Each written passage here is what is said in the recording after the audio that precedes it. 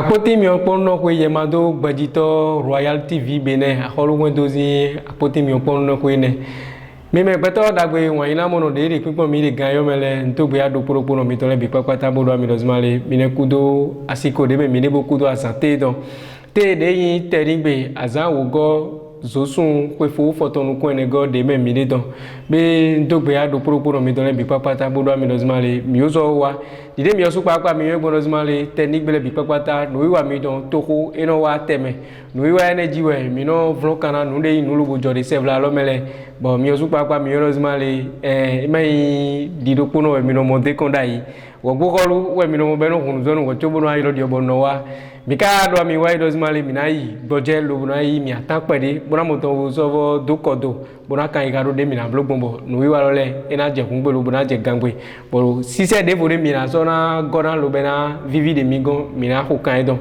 mi osu papa mi ga heureusement ne don nuru ko atogo ro vivi na de yo do gboje de mi ro gboje ko bo zo no te ya do mi heureusement mi na blote don ko mi na te don mi ko chobu na igboje de wo bo ko lu se gboje ko wi o wezu nya be bo ya o de do e ka de do kre de o ma ga zo ajo mi do mi osu mi heureusement nu wi wa yo jiwe mi no yi nu yo ele de bo zo no se nu de nu bo Joseph la lo mele wo zo mo dio heureusement na gbo wa tanta bona mo ton do nu de Joseph la lo mele na mo ton do kha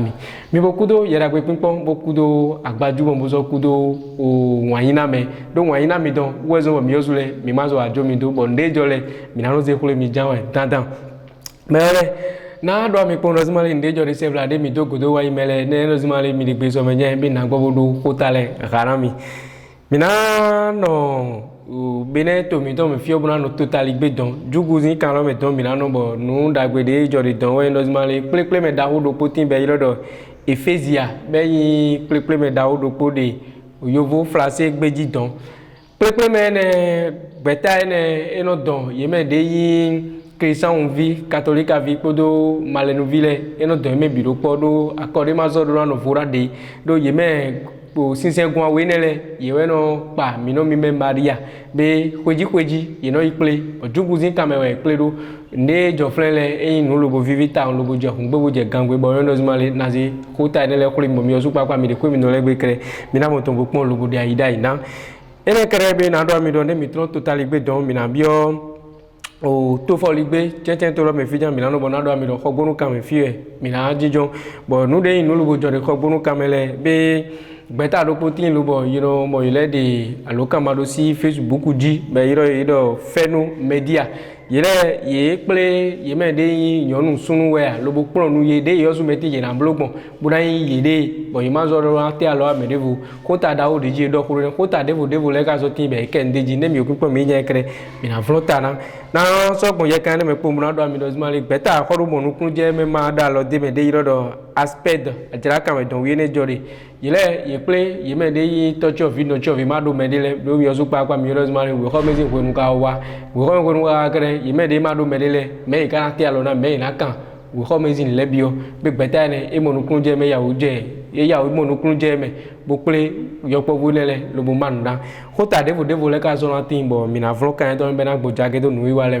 me ole mi gbo bo ni ma imology don do polo blan le ko wa bo ni ma mo ton vlog ko le ji tar kanami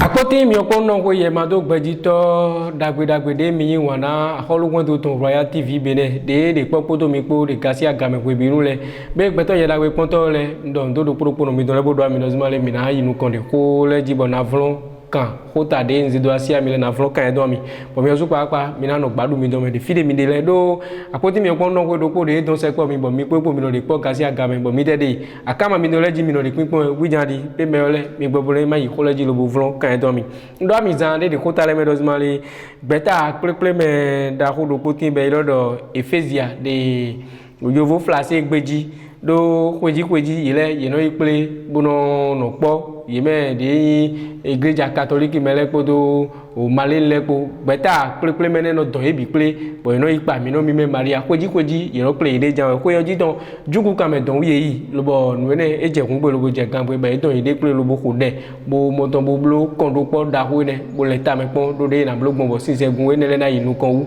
be nu de inu lobo jo ten ne mele eje kun gbe lobo je gan be ko nu ton nu wi wa ne atongo wi we de bloblo de jugu ka me don evivina do propos no mi ton mi osu metine mi zo do afoto godo na mi ko afoto don lo botian yeda gbele ekple na mi tati ara bonu podo Sylvain anigle po yewe ko yele ekple mi pon de le yibo tene me frère egbe o mi ba fi do jugu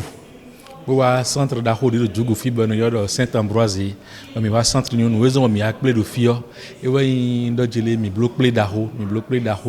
ple ni o ekple Christian catholique ale podo me malele ko bo me bi mi akple do fi mi bloc ple da ho gen ni o ete to mi ka akple do fi mi kple do fi bona dikle do jele no e domi do po Christian podo malele no po e sinru nous no zombo bi no claye l'autre dit no mi ton mi me Malia mi mondo Malia do hotondo yebo ma bible me o kale vo do hotondo manlele sin we ma e no yo Coran yeme we ma we ni le me we e do hotondi no mi da Coran ni o di on Maria e do hoton azondo podopo gban nkun ene akale vo di da yebo ma bible mi ton ni e do Maria ho bon etewe Christian le do Maria o etewe malele do Maria o no tu mi wa pele egbe oni bodo mi na li tamende o bon mi wa fio mondo ensemble avec Mario et brodo ye réuni à yon le podo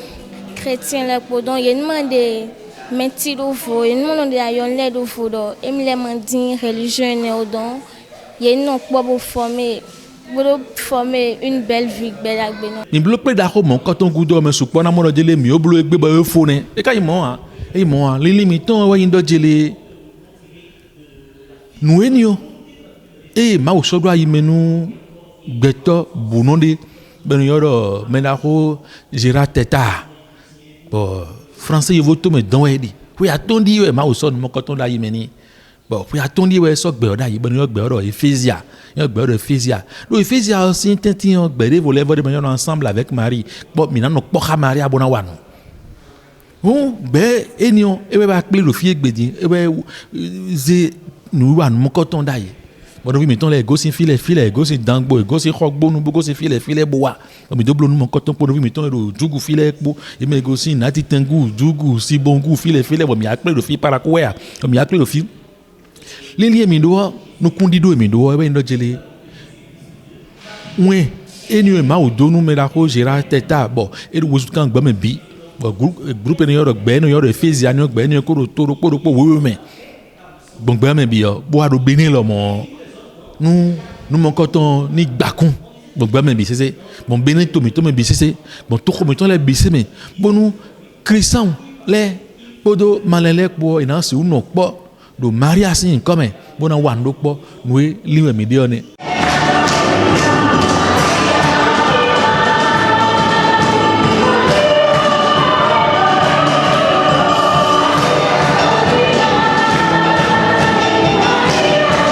Mejere ko ko kame dewe na le ko abuna do mi pun rozmali yemando gbeji ko de yilo do fenu media boyin mera ko Joël Vinu akonde don be yemando gbeji ko de ye ple yeme de yin sunu nyonu lobo pon nu ye ko ta su ko jiwe do ko ra mo ko ta pataki dewe yin nu lobo kan lo be vron kanata won rozmali de na blogbon bo mero propo na yin wide lobo na je wide si bo aja nu wa gbe kere azon ate alo agbedo ya nyonu anya sunu anya ana van kan lobo wanu ene kota da o de jiwe yeke nu do lobo pon nu medo bon we ne evivi lobo je kun bo je ganwe bo me yin me lobo yin Royal TV zin azon atobo mi se to ten me we yin Apollinaire viwa nu podo enoko kun sinu po ye we ko yele pe mi pon de le igbon de ten me friend engagement au féminin me ye do ami do nu de mi si gan zero po bona montin do clé huon mi ton de mi si gan zan bona montin no wa son to sun le pa e ma so na yin do da yi ton de no nyon le godo we no no mo sun le no no kon e yo ma to sun le sin teme na yi me mi la so ko mi to na khle do mo ke de sunu pe mi la su me nyon le su mi pe ko ga don si nu e pon mi e pe boyen to fidi ni le timbo o njamba yi no moro buno jerun kan parce no moro ji ke nyenu essence gan iba ya yo sunu sinu e amo egbedi na neyin ko yi to fi le ledi e klero ji ke ne ma so timbo na yin bu bona do yin tiro ne ko pe sinu kan ba o mi do hodo ho energy titan lo yi do na mi do mo lo na we nyon le na ba igbon bona do e pakon bo to mi to ndo yun kan aweto e wa dona mi do khodi do mi ton le to wa mi ton le me do no ne dagbe na nu ko mi ton nu ko yi mi ton no yin nu dagbe e wa dona mi do mo lo atonto me de mi na ba igbonbo nu ko mi ton yi ro ni do yin de mi do yin nu de ye gan hen bona yu nu kona ene to din e wa dona mi do adokun mi ton ma aussi we no tron to yin ro me na yu nu kon to adokun se côté e do na ze ni ne ton le podo ma woji tori ma wo na adokun parce que ma wo yin me do sika bodo ne podo to ayon lo me aja ka me do mi na kwa foto bona do mi pono zuma le beta holu monu kunje me ma da lo de me de yiro aspect yele yima nuna yeme de yin to chovi no chovi bo ma do me de bo gan mele yina de vosa do ne na be wo ko me gbon beta ne ya wo monu kunje me lo bo ma nu de yin wo ko me zinu diwe yin kai diwe yin o we kantin o enele ye be bi ple lo bo mana o vi ma do me de vi ma do to enele bo eyan wa jije no da o no po na yeme de yin ajra vi bi pata pataki yeme de vi lobo duale netole e nu lobo ko mena yi mi osu papa mi so se ye mo mi to le to bo ko yele ple apoline vi wa nu podo ka ben akoto nu po ye we chan ye nele mi ole mi pon de le ibo vi yi gbeji bo hen dagbe bo go ana mi do nde trala do yi ye ton na yan ki go e ton na yan ohun e ton ma na gba fo mais so to nu kon don bo fun mi bo zene bo ze wa na mi lo ayi sin ten na yan ni e nu tin do ton le ko na no jijo ho bo wen je de ze wa jona ba ma tun agolo ejibo yidu bo fun vi mi ton le mi do ndo e bo so do ndo direct si direct e de fun vi mi ton le bo kan do we lo me le jijo ho na no ko e ko kaka do yi we lo mi ni pon de yo ko le na wa so do ni e wa so gan di live day na e an be kan le enele ma do amo ni no me de mi ko mi an be tin le ni ele ewu asonganji emi na gbe to godo bona di me le do gobo me susu ena emi na yin mo emi no endon o aso de kan bene yo fole ni eze na we ena so to don we no nko ga do ma juro na ko no npa viene go bona he kon to gble we ndo do bon me fi le na go je ma to ta nu ele me wa do bon ngo yo we nse bo e ko to we yo we nse si ma bro ko de he wa ne ndezia mi zero bai mi bai majoro la fi dai me ngadura do gbene we don de lo igbo ne mele dandan do mi osu papa mi ro asiko re mi de vito finole yede we ma khona vie ton le ye me de ma ka do to ma do no le me ile yina bio mi me de ponte na peri le mi le janwe na reso yi to gbeta kholo mo nkunje ma da lo de me ene e mo nkunje mi bo ya o reso yi mi osu le ma ko fle mi ya o reso vi mo nko ton le bona yi nu wa le ni je hun gbe je gangbe bona ya fi ma support asiko de me mi de we me ole na le ko mi sete kamede bona do mi kpondo zuma le gbeta kholo mo nkunje ma da lo de me de iro do life bo wi o e de o yo vo flasher les gbeji don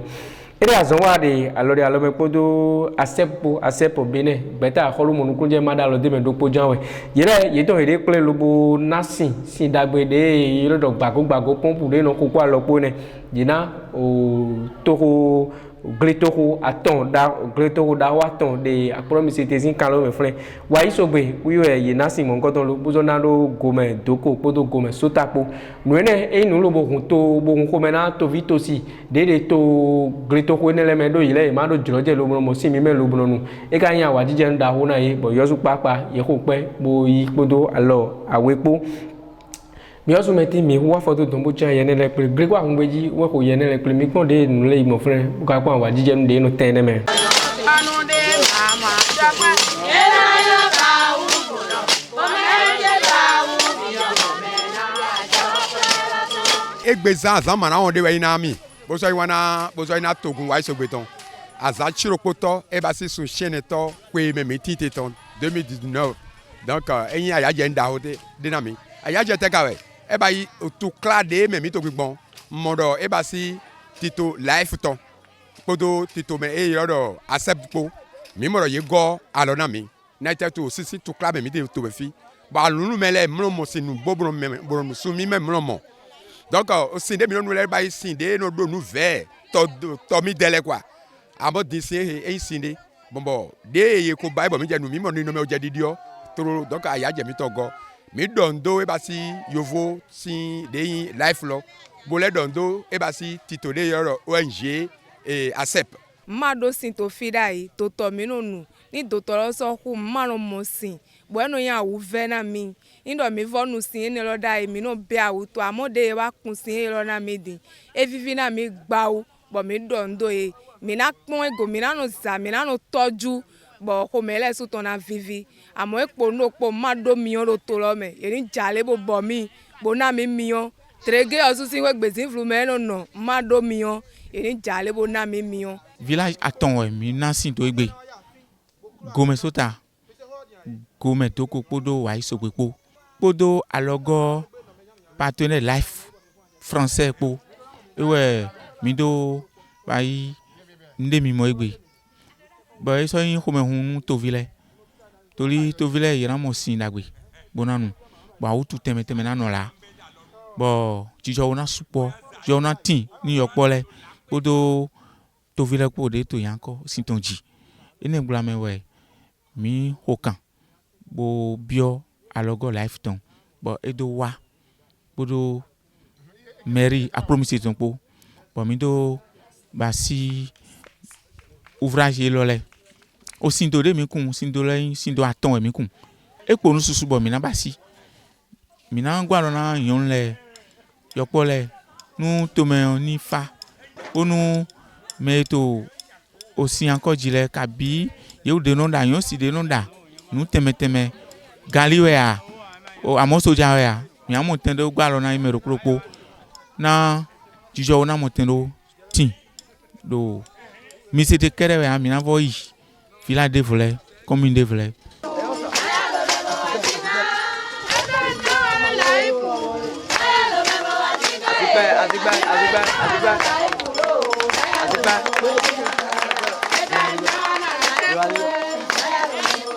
dango zi kalo me dewe mina wa photo bonado amino zimale beta kholu monu kunje madala de me de yoro assurance succès de nyi mera ko abraham akosi nu don be beta ne ekple oyeme de nyi we come vi alo we plon vi alo pare lobo plon yi a mo kuji mi don ne alo te ga do ze lobo zana lo be na yin nu lobo na me nu ko yi ekplon nu ye do nu neji pe fifo nu ton kre e wa na ye kunde we ma bonwene eje kun gbelo je gangbere tambozin o kan lo me o de mera ko apollinaire viwa nu we ko kan ye ni le ton ple bo chan ple mi pon nu le yan wa jije nu lobo no ten le me do ye me de yin me lobo iwe me ne le e vivi na eta mi pon ye le ibo formation de mi abai lo filo yin wana tam donc ko pon fi kwere wa idai bo mo vivi de me ba we so le kwa do yin wana tam de na gwala na mi so utu won ton chede ma o monukun je me le a nada na ido jiro kedo ye ni agbon fi wa pon vivi de me parce ne commune lo ena e demi ena gwala na mi da ho kwa tonu kon yi mi ton le mi nei awaji jeche uwa indo diplôme eno na me nu supo bo eno mo nu supo de me no to azon masiganjo do uwa indo awa assurance succès ana mo nu supo bona bayro assurance succès nu supo de bo eno bayro fine uwa zon bo masiganjo do bona sapin me je dangozi kalo me fiwe minano lobo na phone yu ale kodo mi po ke zi to kolo me to mi na ku wa fodo ko nu de nu lobo jode flen we no zimali akolo gangba kunta na no de yin ke kolu edu o ku pe nu atongo eke akolo janji be nu ne vivi na do poro no de yin to vito si dango don le pataki ke kolu zi vile akolo ene ye jiro yin ko do ke kolu o pe toji o maku adetonji ke kolu atongo be kwe no atongo ne we mera hore du lobo zenu wi wale do alomena ma ogbodo to podo nu mese mi don lepo ne afofunde mo don wa ne alofunde mo don wa ne wozo we blo nu wa mo godon beje kun gbe lobo je gangbe nu de jo te ne mele e fete bo vivi ganji bo mi yosu papa mi ne pinpon kere mi na yin do jimale mera ho roland bo yan ko podo modeste dabo apo ilewe na ho yele ple bo mi yole mi na kon mi pon ne jo te ne me fran o de bo li e ma igwe mi tonu bo ye do akole to me fi amo mi wa do tara gbero po bo we mi le tonu mi wa mo ke kolu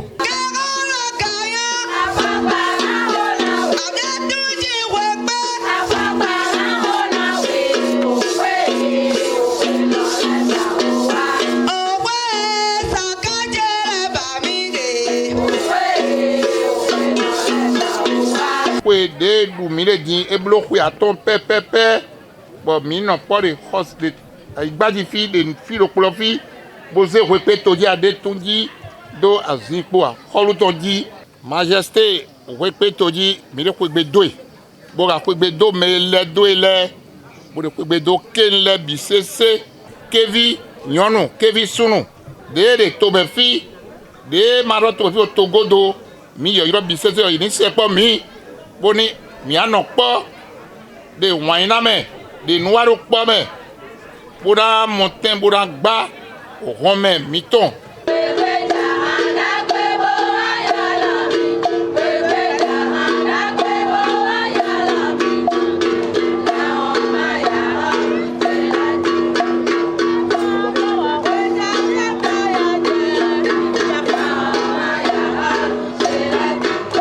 bí ọ̀tọ̀ ogun lọ bí ṣe yọpọ̀ dẹ̀pẹ̀ mi tó rẹ̀ yẹn ní pẹ́nu kó àṣọ wú yẹn ní sí àṣọ yẹn tó lọ àṣọ gbọdọ̀ sísí àṣọ bó ga wà mí mẹ́nà ló àṣọ wọn kẹ́ mẹ́ inú kan àṣọ wọn gà sọ bẹ́ẹ̀ wà nù àtọ̀ dẹ̀ ìgbẹ̀mẹ̀ tó rẹ̀ dúdú nínú àìmọ́ ọrù àpò àfọ̀dídókò àṣọ wọn sọ bẹ́ẹ̀ pé nù ẹnẹ́lẹ́wù dẹ́mi lè fi mi àdọ́ mi lọ òpẹ́ mi àkóso yọpọ̀ dẹ̀pẹ̀ wíwẹ́ yẹn náà lọ́kàn bó pẹ̀lú kó kẹ́ mi pẹ́ni mi àdóhun tó eré ìwúbọ̀ mi àdó ṣiṣẹ́ náà ẹ̀ iná yọ ẹ̀rọ àpagò gan ẹ̀jẹ̀ ẹ̀sán lé ní mi àdóhun wọn ẹ̀ pẹ̀lú ayé ìgbàkúnlọ́ ọ̀tà ẹ̀rọ ayé pòjìyọ kó pàlàfíà kó múramọ́tẹ́ òpé àsọ̀bọ̀ nù èpò bẹ̀rẹ̀ dọ́lẹ̀ ẹ má sọ ẹ̀ di ẹ̀rọ àdọ̀ mi lọ́dún mi kọ́kọ́ lọ́sẹ̀ tó kólógbó tàbí ebúlé sílẹ̀ mi ká tán jẹ náà. Emi se você só bakunto e quando até bakunto e leçonte a cara só vai não nem a sua não me vai eu não ainda dagbe na oi dagbe na ni me kole ko do sala e mo ki o so ansalo ne meia e so pe wa fi de mi ho ba ko ho mi ko ebo mi ko ba ko ne bo Tia do poro mi ton mi gbeto yela gbe poto o ye ma do gbeji zin ko da gbe holu won do ton Royal TV zin do khoton le ena tia do poro mi ton le mi kudo yela gbe pinpon bo kudo gan yo de me mi de yo bo ga zo kudo yela gbe de wa ile do mi osu papa mi pon kudo nu ku mi don le ko den no zmale ayin gbeto re bo ayin wana ko do benu mi ton le ganji lo bono jirado be dide ke holu zin mele di dogbon ke holu zu di dogbon be dandan ni do ate do funle ozu ariana jodo khomo ngodo me bo mena ko de na mo ton bo gba ho me don be na je kun gbolo bo na je gangbe bo na mo ton wozi kun to menu mi ton le su mi gbeto de do jiro dagbele mi ke mi na ku wa fo do mena ko de gon lo bo na go alo ne be na mo ton bo gba ho me don be na vivi na to vito sile bi papata be me ole ndo bo ya mi kula do ko do mi do zmale no wi wa mi don to ko de mi na mo gbon kaka bo mi na fo sun ro polo wi jan di mo gbon mi de ne ma se ko mena mi we mi na mo ton blo lo bo na vivi lo bo na je kun bo na je gangwe bo ko lewa mi don e na mo ton inu lo bo je acho do wa gbore ere agojo igodo we